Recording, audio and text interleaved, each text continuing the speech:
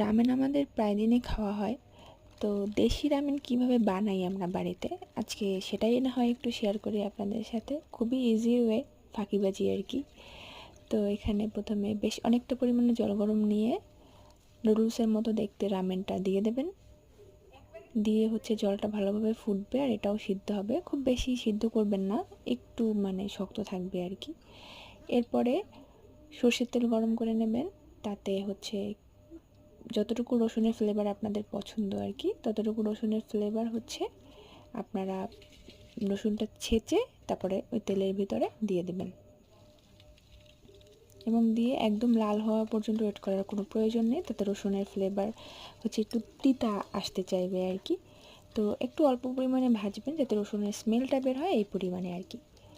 তো ভাজার পরে এই যে নামানো যে রামেনটা ছিল তার ভিতরে তেল সহ নুডলস রসুনটা আর কি দিয়ে দিবেন। পরে রামেনের একটা মশলা থাকে, তো সেই মশলাটা উপর থেকে ছড়িয়ে নেড়ে চেড়ে মিশিয়ে নেবেন। সাথে চাইলে আপনারা আপনাদের ইচ্ছা মতো একটু সস ব্যবহার করতে পারেন, আমরা শুধু এখানে টমেটো সস ব্যবহার করেছি।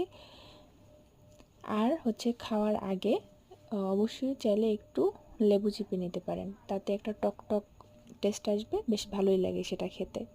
তো এই তো খুবই সিম্পল বানানো, জাস্ট এরকম মন চাইলেও আর বানিয়ে নিলেন, কোনো ঝামেলা নাই আর কি।